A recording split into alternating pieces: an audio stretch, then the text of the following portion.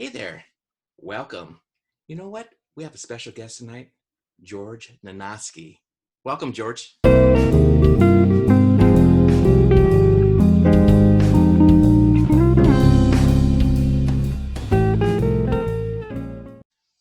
Thank you for having me.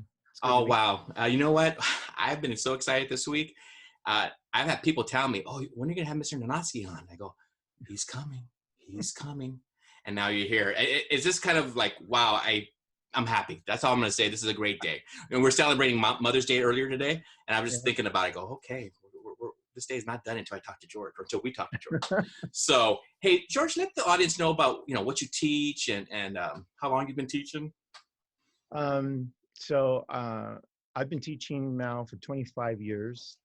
I originally started in a private school, private Armenian school in Hollywood, and then from there moved to LAUSD, Elizabeth Learning Center, and I've been teaching there now for 20 years. I teach AP Environmental Science, AP Biology, freshman honors biology, and the Information Technology Academy sophomore biology. Besides the other things you've done, I know in the past you've done some academic decathlon and clubs. Yeah, And what? Yeah. Hey. yeah.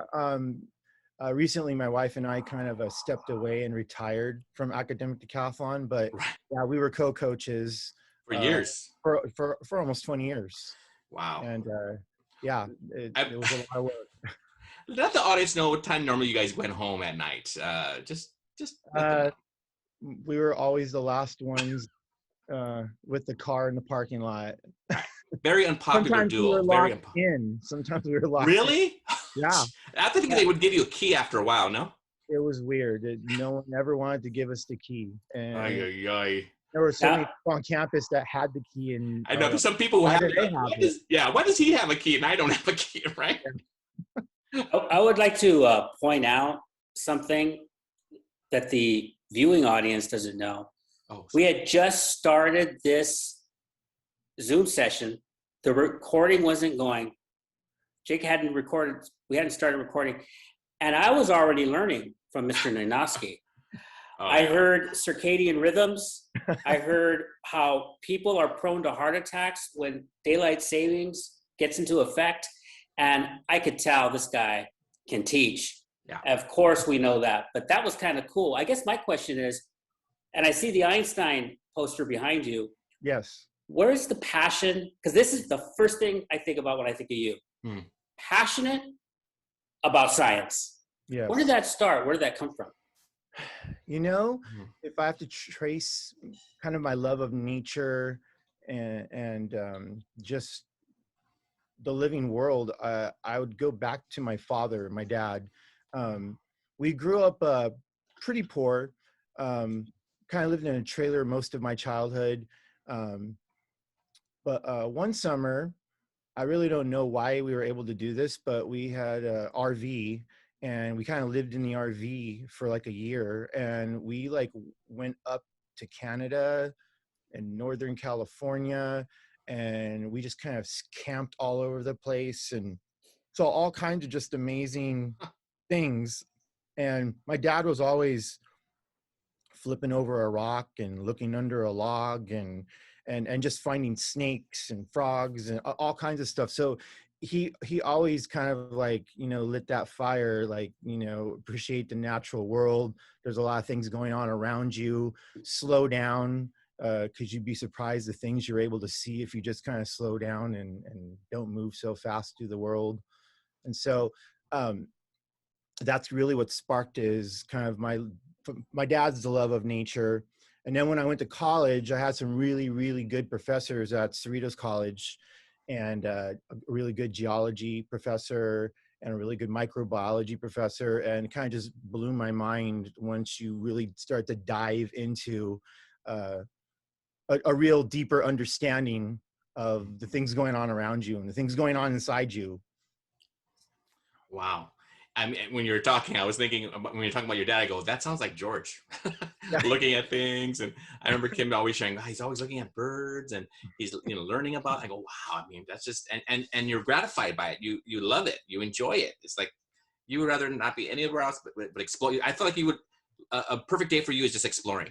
Am I right? Yeah, you know, on Father's Day, Mm-hmm. my thing on Father's Day, because my family will be like, "What do you want to do?" I'm like, "Well, we always hike on Father's Day. You know, that's what I want to go do. I want to go someplace we haven't been before and see what's there." That's awesome. Very cool. Well, George, one of the things when I was thinking about having you on, I was saying, gosh, I saw this video, and let me get this right here. It was by the California Native Plant Society. You were Hmm. speaking about the gardens at Elizabeth Learning Center. I believe there's 3 of them. Can you Yes. share a little bit about that? And we're also going to post that video on, because I really want our audience to be able to see just the beautiful gardens you have there. I think when I was there, I don't know if you had 3. I believe you had 1, maybe starting Yeah. a second. Yeah. I kind Can you of started to talk kind of. about them? Yeah. So I mean, it's quite the honor to be recognized like Yeah. that by a nonprofit with that kind of reach in the state. And essentially why I started it, basically why I kind of do anything at Elizabeth Learning Center is I want to bring what I teach to the students. I want to bring it to life. I want them to Mm. get their hands on it. I want them to be in it. I want them to be a part of it. And so, I mean, it's one thing for me to show you a cool video or a PowerPoint I've worked on, but it's another thing to go out there and actually see and feel and experience things for yourself. And so it's really hard to get a field trip anywhere cool, Yeah. and actually get the kids to some places you think would just blow their mind.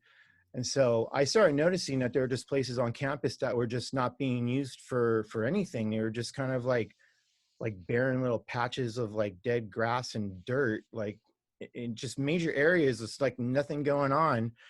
And then I just realized, these things that I'm teaching my students about nature and about, natural cycles and metamorphosis of insects and just all these different things, that I could actually make that happen. We could make that happen on campus by recreating in miniature some of the natural world that we've lost because of, urbanization and development.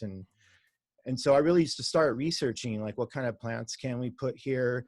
And so I got about 70 people on Earth Day 16 years ago on a weekend to show up, and that big cement circle, we It's the cleared middle it. of the campus, Yeah, right? it's the middle of the campus. And when before we got our hands on it, it was really just a weed patch. And there was like someone had dumped a bunch of bricks in there. It was just like a weird, space. And it was like kind of on display. Like that's kind of where everyone's walking by. And so it was just very underutilized. And, by the end of the day, it was cleared. We had our first native plants. We put them in the ground. We were racing the sun. I mean, there was administrators that brought their families and their kids, like there were science club students. It was just a really cool experience to have like just so many people like gung ho to do something really cool for, the quality of the campus. Yeah, So yeah. we kind of like elevate it. That's really great. I remember as far back as 2001, they were talking about beautifying the campus, Mm-hmm. and they couldn't figure out how to do it. But along comes Mr. Nanoski. And talk about a little bit about what you mean by native plants, if you don't mind. Yeah, so native plants they're basically species that evolved in California. Mm. Plants that were here before colonialization, even before indigenous peoples moved in, that have been here for millions and millions of years. They've gone through, 800-year droughts. They've kind of have the genetic pedigree to survive all the environmental extremes that are in California. And so a lot of them are threatened or endangered. That's one of the kind of highlights of all our habitat gardens, is we have rare and endangered species that are protected in those spaces. And we propagate them. We have a nursery on campus, so we grow the seeds. The kids learn how to properly handle the seeds and store the seeds. And then we propagate them in the fall. And if we're successful, we're able to put new plants in the ground in the winter and the spring. So it's like a constant cycle. every year I get new students and a whole new cycle begins and they get to be a part of it. And it's just really cool when they understand that they're just part of something that's bigger than themselves. Right. I tell them, you know, there's some species we have on campus, they may go extinct in your lifetime in the wild. Right. Right. And our gardens here on campus, where we're trying to kind of restore a little bit of the natural world, this might be like a genetic seed bank for this species, right? This might be a place where future scientists and future conservationists might come to get samples to try and, you know, reestablish this population at some future time. They must feel like they have so much put in front of them that they have a responsibility. So they probably care for it pretty well, right? The gardens. You know what? You Jeez. know what I find with the gardens is, you know, there's these kids, you know, I really hate when teachers talk about students in a negative way. Sure. I mean, you can have a frustrating day and stuff, that's fine. But, you know, I don't think it's very fair to a student to like say, well, you better watch out for so-and-so next year. You're going to have them. Right. And, you know, I just like, they're a blank slate to me. You know, I don't want anyone else's, you know, impression of that student to like, you know, color my interaction with them. And so these trouble students, when they get to my class and they start working in the garden, they start learning how to do different things and they get their hands in the soil and they're getting to take a very rare plant out of the pot and they're putting it in the ground with their own hands. They rise to the occasion. They sense the importance and the responsibility that I'm trusting them with. And they rise to the occasion and they really take pride in their work and they like name the plants and they give them names and it's just really cool. And this kid that people thought was a troublemaker, it's like, I don't have any problem with him in my class and we get along just great. He's great out there, you know, helping me, you know, wow. You know, and some of his friends and stuff, I've had kids that like their friends will make fun of him. Oh, you look, you're out there working, you know, in the dirt and they're like, you know, we're doing important stuff. Like they'll like defend me and they'll defend what they're doing. Good. Do you ever like take the kids out like during class and just like say, hey, we're going to talk about, I'm really terrible at science. Sorry. But whatever lesson you're doing on seeds or whatever, you just take them out there so they could see it. Sometimes we'll do activities where it's just about observation. Oh, okay. It's just about observation. Like, what are you seeing? Like here, you're gonna sit right here and you're just gonna write down what do you see happening in the next 15 minutes? Oh, like cool. Even something you think is mundane and something you think is like maybe not, jot it down and then we'll share. And you'd be surprised, you know, what you may have seen a part of or seen an entire, you know, cycle of something happening. You know, I had one of my kids, and they were sitting in their area and this hummingbird just like came like literally within like a foot of their face and they just didn't move and the hummingbird just chilled right there and they just kind of had like this numinous moment with this wild animal and they were just mesmerized. Just the look on their face, like they couldn't believe it was happening. They couldn't believe that they were having like this like, you know, this magic moment on campus. And I've seen this with little ones because we're a K through 12 school. I've seen like first graders and second graders, they're like walking in their lines to go to lunch, following their teacher, and they'll just see something in the garden. They'll see a butterfly, you know, flying around, and I'll just see them like just get mesmerized, like, oh my gosh. And, you know, it's just nice. I think it's important that that the students be exposed to nature and then be exposed to the natural world because they're surrounded by concrete and asphalt and streets and parking lots and walls and fences. And, you know, it's really just unfair that they don't have more access to green spaces and natural spaces. I think that's pretty brilliant what you did because a lot of us, we get caught up with what's out there and let's go looking for a field trip. Let's go out. But you stayed and you say, appreciate what you're standing on. Let's find out, let's explore. And the dynamic between the K through 12, it's almost like you reminded those teenagers to go back to their childhood and that wonder. Yeah.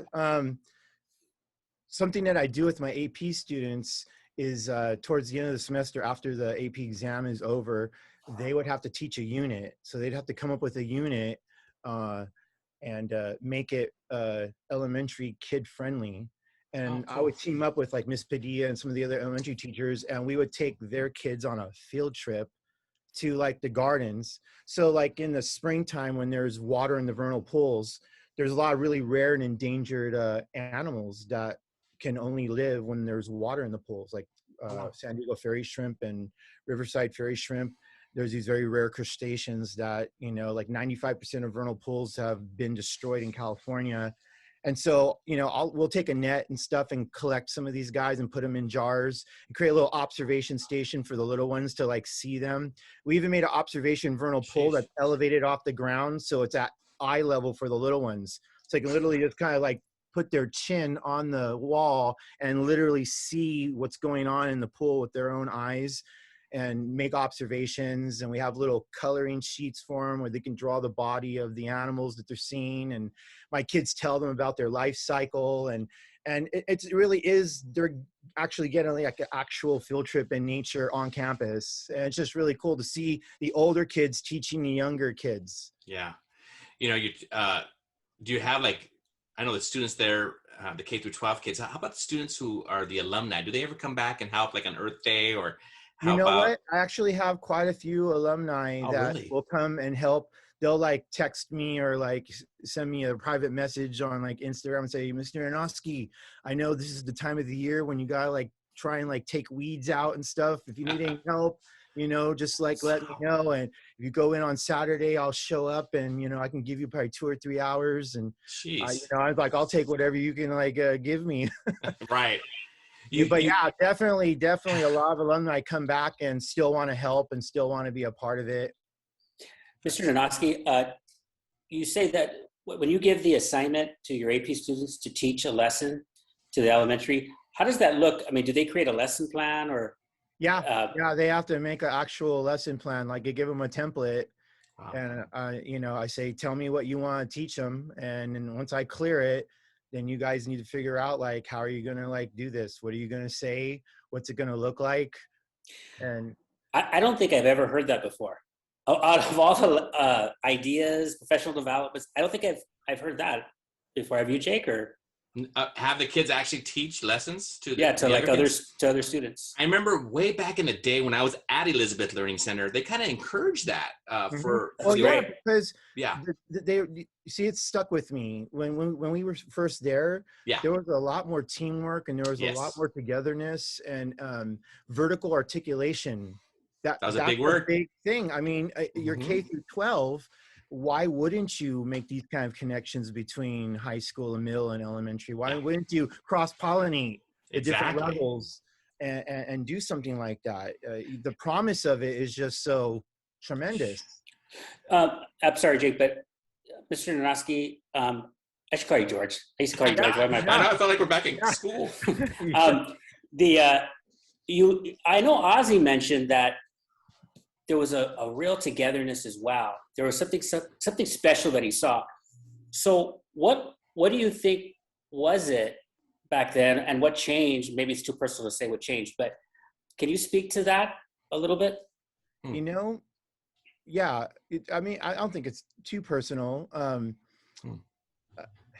It's kind of hard to put your finger on it. When I got there, that feeling, that cohesiveness was already there. It wasn't like it developed, you know, after I got there. It was there, and I was just in it from the start.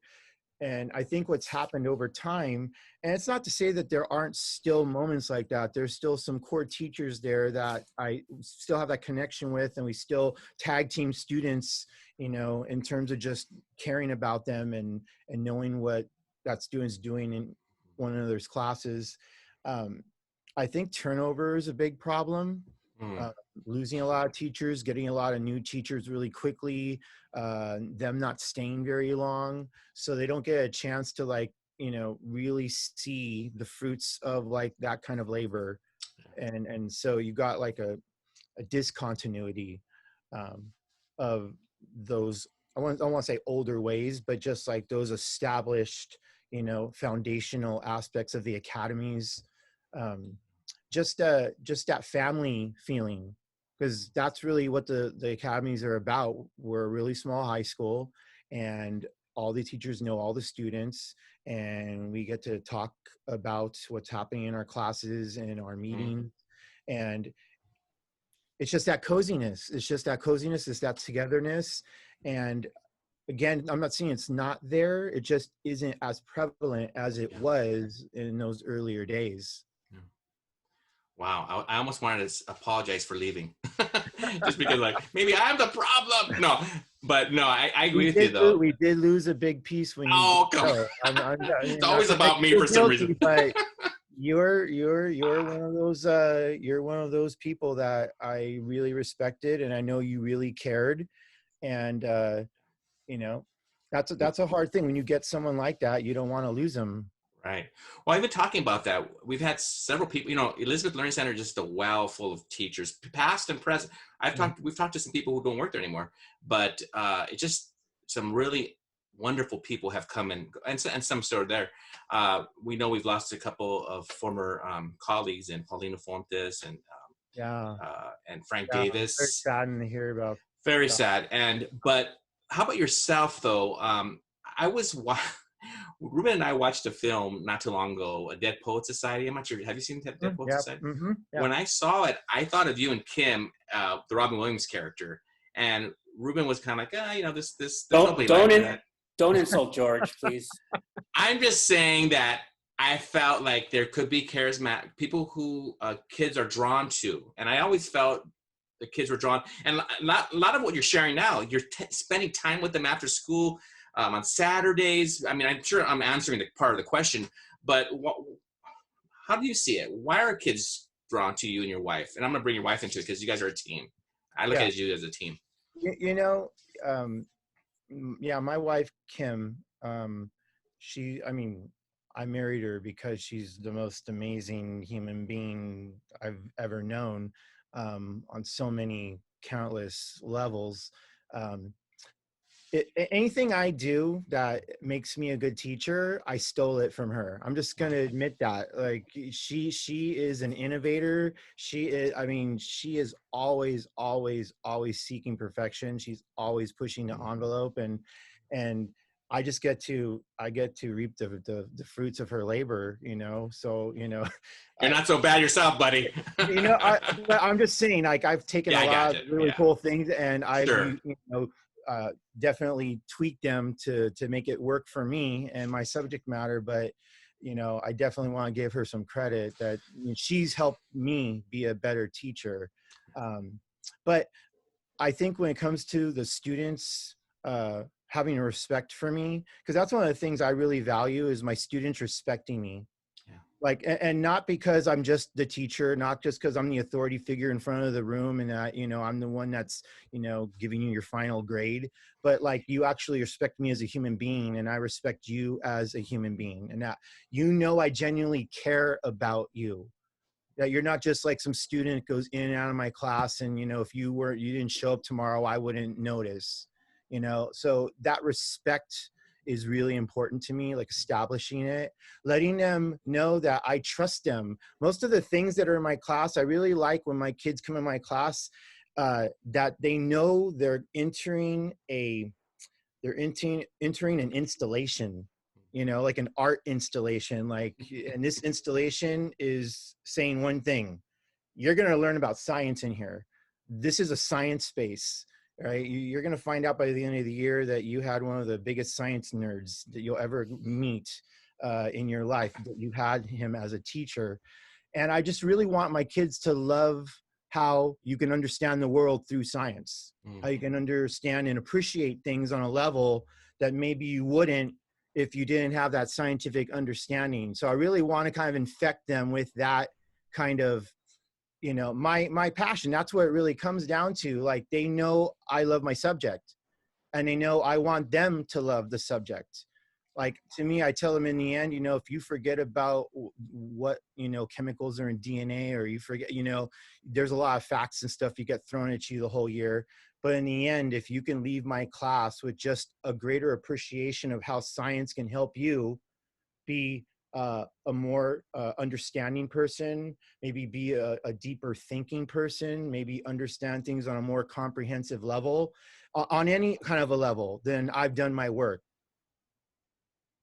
Yeah, I mean, I think the kid, anybody watching and anybody knows you and your wife, I know they would agree to what you just shared regarding the love that you have and the love that she has for her subject. Because if you don't love it, the kids know it. They know that you're Oh, yeah. not being. Oh, they so know it. See, I think that's one of the things is if you don't bring it, if you don't bring that energy, and see, the thing is, you got to bring that energy even if you're having a bad day. Like even if I'm having a bad day or I'm just really tired and I didn't get enough sleep, like I know that I need to be on when I open that door and I let everybody in the morning. Like I need to be on. Like I can't like half ass it. Um, or they're just going to know, and they're not going to want to care, and they're not going to want to try for you. Right. Yeah. I was going to share, George, regarding like being a mentor, because you're sharing about being a teacher, and really you've mentored these kids over the years when they're in the gardens, when they're in your class, and they look up to you. What kind of advice would you give to a teacher, a young teacher who's coming through, who is going to be a mentor now, who's going to be a teacher? What kind of advice would you give them? Now at your age, because I feel like when we get older, we partake, we give. I know sometimes I give advice to younger teachers. I don't even think they were asking for it, but I'm Yeah. like, hey, this is what I learned. But is there something you could share regarding just a little piece of advice to a new teacher who's going to be a mentor too? Well, I mean, I would tell any new teacher, just bring it, bring a passion to your subject. Let the students know that you love what you're teaching, and try to be able to convey to them why you love it and why they should love it, why they should care about it the way you care about it. Um, and also just to be kind to yourself. I think especially during COVID, teaching on Zoom, there's days where I just feel like I'm failing the students. Everyone's cameras are turned off, I see blank screens, there's kids not responding, and this just wouldn't happen if we were physically in my class. It just wouldn't go down that way. And so I'll beat myself up and say, I'm just not, am I not bringing it? Am I not like doing enough? Am I not like being innovative enough? And what am I doing wrong? And then on reflection, I realize it's not me. I'm not the problem. Like I'm doing the best I can under the circumstances. And I just have to remind myself, these kids have gone through a lot. They've gone through a lot. I don't know what they're going through. I've had students who message me and tell me that their mother has passed away, their grandmother passed away, an aunt and uncle passed away, a younger brother, older brother and sister passed away. So many of my students had people die from COVID, like just an insane number. It was ridiculous. And so I just remind myself, I don't know what they're going through. So I can't like get upset at myself or at them that, the situation is what it is. And so to be kind to yourself, whether we're physically in the room with them or doing Zoom another year, you got to be kind to yourself. Know that you're trying your best. And at the end of the day, you can't beat yourself up and be your own worst enemy. Yeah, I think it's been hard. I know it's been hard for me. I'm sure Ruben, you could share too, but uh, what you're sharing, George, I think I learned it later because I was beating myself up in the beginning, but now I'm like, you know what? I'm doing my best, and the kids see it and they're doing their best. Yes, Right. they are. Yeah, you got kids Zooming from like a job. Yeah. They're like working to try and get money to help their family, like pay the bills. And they're like Yeah. Zooming while they're on their job. And so Mhm. Yeah. part of, I think Ozzy like referenced it, Mhm. at first you're kind of like, you're supposed to be in school, but ultimately that like they're like having to survive. They gotta like do that, Mhm. Yeah. or I got to go with my dad every morning and help him at his job, Yeah. and I didn't get to your test, or I didn't get to Khan Academy and do the work that you assigned. And you got to be flexible. You got to be Yeah. flexible and be willing to work with these kids, especially if they're communicating with you. They're reaching out and telling you their situation. You can't help but just feel for them and, be as flexible as you can be so that they're successful. Yeah. You know, I like that. I like the component you're saying of being nice to yourself. And when you're nice to yourself, you're probably going to be nicer to them because you're in a better mood. Yeah. And it does, sometimes I have to ask myself, is this my ego speaking? when a kid doesn't turn on his camera Mhm. and I'm not getting the reaction I want, I have to ask myself, this just might be your ego. And one thing that I've tried to maybe be nicer to myself is, let's just experiment here. I Mhm. mean, we're under the strangest thing of our lifetimes. Let's Yeah. do something different. Let's do something. I'm going to try a different book, and I've been doing Yeah. that left and right. I've just been having fun. Yeah. And when I bomb, when the students don't respond, I turn to Mhm. my TA and I go, I feel like I'm on stage bombing at the Liquid Zoo in Reseda, which I know that feeling, and I just have fun with it. And life becomes a little bit easier when you look at it like that. So Yeah. Yeah. Yeah. My wife and I, we meditate in the morning. We'll do a 5 or 10 minute meditation, and we'll just kind of focus on something like gratitude, or focus on, empathy, and you'll just have that kind of in your mind. It's a good way to start the day, and that's kind of like your overarching theme for the day, is just like, be more empathetic, be empathetic to your students, be empathetic to yourself, be empathetic to your colleagues. And it really does help guide you through the day, just help to remind you. So when you kind of do go off and go astray and start taking something personal, you can kind of come back and be like, no, I'm making that about me, and it's not about me. Pretty you know what? mature, you. Wow. Absolutely, that's a good practice. And we start at 8:20, and typically I would be in school by 7:15. So Mm-hmm. that means I have all this extra time in the morning. I do a gratitude list where I write 3 Nice. things I'm grateful for in the morning Yeah, with my coffee, and that sort of gets me thinking in a positive that's way. nice. Yeah, that's a good strategy. Hey, you know what, George? Do you mind if I go down a different road for a moment? Go down any I'm gonna road you go. want. I'm gonna go for it. I just enjoy just you and your wife just talking to y'all, and I talk with the accent because I'm from Southern LA. No, so I remember you two loving basketball, Yes. and Still tell do. me if am I wrong? One of you, I think it was you who liked the Lakers, and she liked the Clippers. Is Yeah. that Well, correct? Still? it is correct. Kim is a font of knowledge when it comes to the NBA. Really? She's a true. Oh, I think, Kim. because a lot of times, like, some of the guys on in her academy and stuff will kind of like try to kind of come across like they're the like experts on the NBA, and they'll just Right. get into a conversation with her about teams and about standings, Yeah. and once they start hearing all the stuff that she knows about all the different players, they're just like, oh yeah, I don't know anything about the NBA. Like, wow, she's an encyclopedia. That is Knows way amazing. more than I know. See, I'm a lot more of a partisan. Like, I'm a Lakers fan, Right. so I kind of like, unless that team's playing my team, Yeah. they don't exist to me. But she really knows all the different players, and she appreciates their skill levels. And Right. she's a Clippers fan, but she roots for the Lakers, and she's got her favorite players on different teams. So she's a lot more kind of a holistic I did not know that part. NBA fan, as opposed to I'm a Lakers fan. My son Right. likes the Celtics, so every time I can like dump on him, I will. That's a team to dump on. But like, I always thought that she liked the Clippers because she felt bad for them because they always lost to the Lakers. But now they're She doing really better. switched over to them. I'm forgetting the Lakers. There was one season where they just were not being really good teammates, and they were being really petty.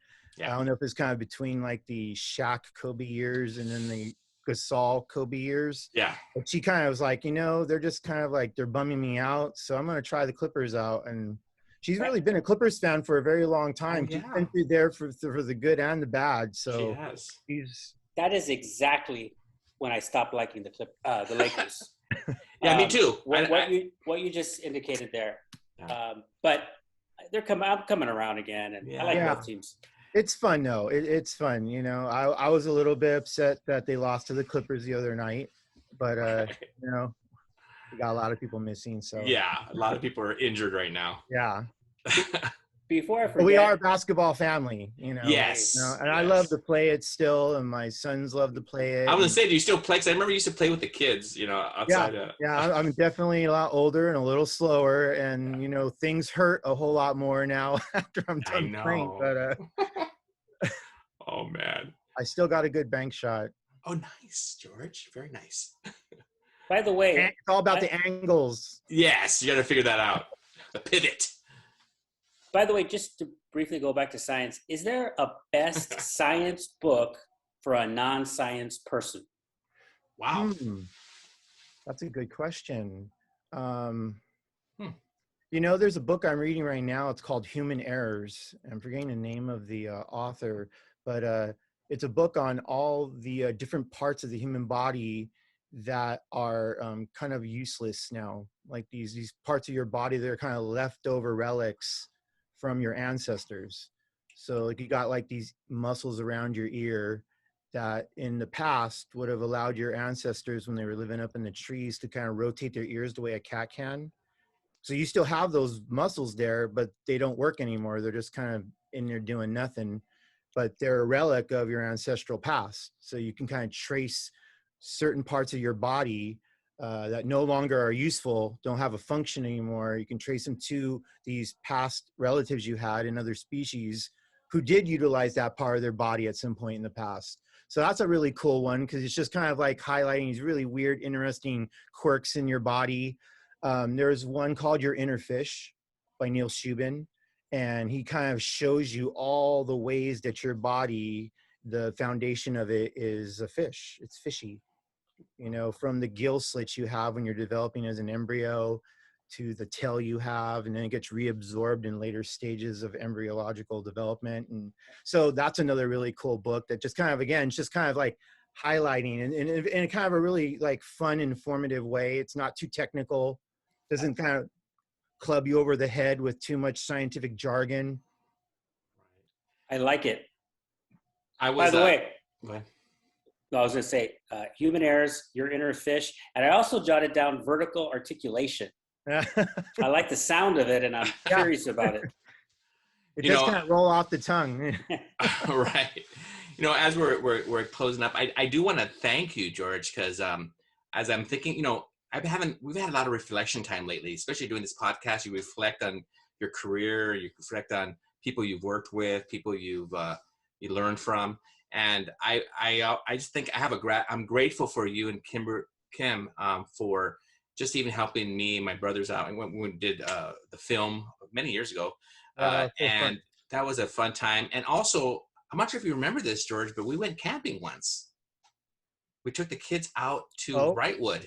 Yes, we did. Because when you're sharing about, remember that when you're sharing about the kids, it's kind of a reward campus for being like students of the month and stuff. Yeah, that's right. All the best of the best. And it was so wonderful to see these kids some of them have never been to the mountains, right? Yeah. Or never had a bonfire. Never had a campfire, and they were just eating it up, and we just had the best time. It was so much fun. I just had so many good memories with you guys. I do want to clarify though, Jake. George helped you in prom. It wasn't. No, I'm sorry. You were in the film though. I apologize. It was prom. You in Promin's film, and I see the poster behind you. Still, it's way back. I always tell kids that's the most difficult thing I've ever did in my life, and I've done some difficult things, but I think we all have. But it's just I think people glamorize filmmaking, but it's not glamorous. It was just cool that you had this project you wanted to do, and that you just got a whole lot of like your friends and relatives involved. It was just cool. It couldn't be done without my friends, you guys, and my family. So and my relatives. So I think we had like 80 people, acting in it, and another 40 people behind the scenes. But anyway, hey, you know what, George? This is fun. I'm so glad you joined us today, and I'm gonna try to get your wife on. She doesn't know this. I know you're watching this, Kimberly. I'll try to convince her. Please, geez. No, it's just like both of you have such a wealth of knowledge, and like you said before, you love your subject, and I know the kids. That's what they love about you guys, and also that you care about them. I mean, I can't remember all the times you guys fed them, and you guys are not rich people to be doing all that, and you did it. And and I know they're grateful. Sometimes I look back and I think, how did we do those things? People, kids think, oh, they must be loaded. No, we're not loaded. We just give because. It's like we probably would have enough money for a down payment for a house by now. No, seriously. No, this is not a joke. But anyway, hey, thank you for being on, and we can't wait to talk to you again. Well, thank you. Just thank you for having me. This was fun. Oh, great. Thank you, All right. George. Thank Good you. Good to night, see you, guys. Ruben. Good to see you too.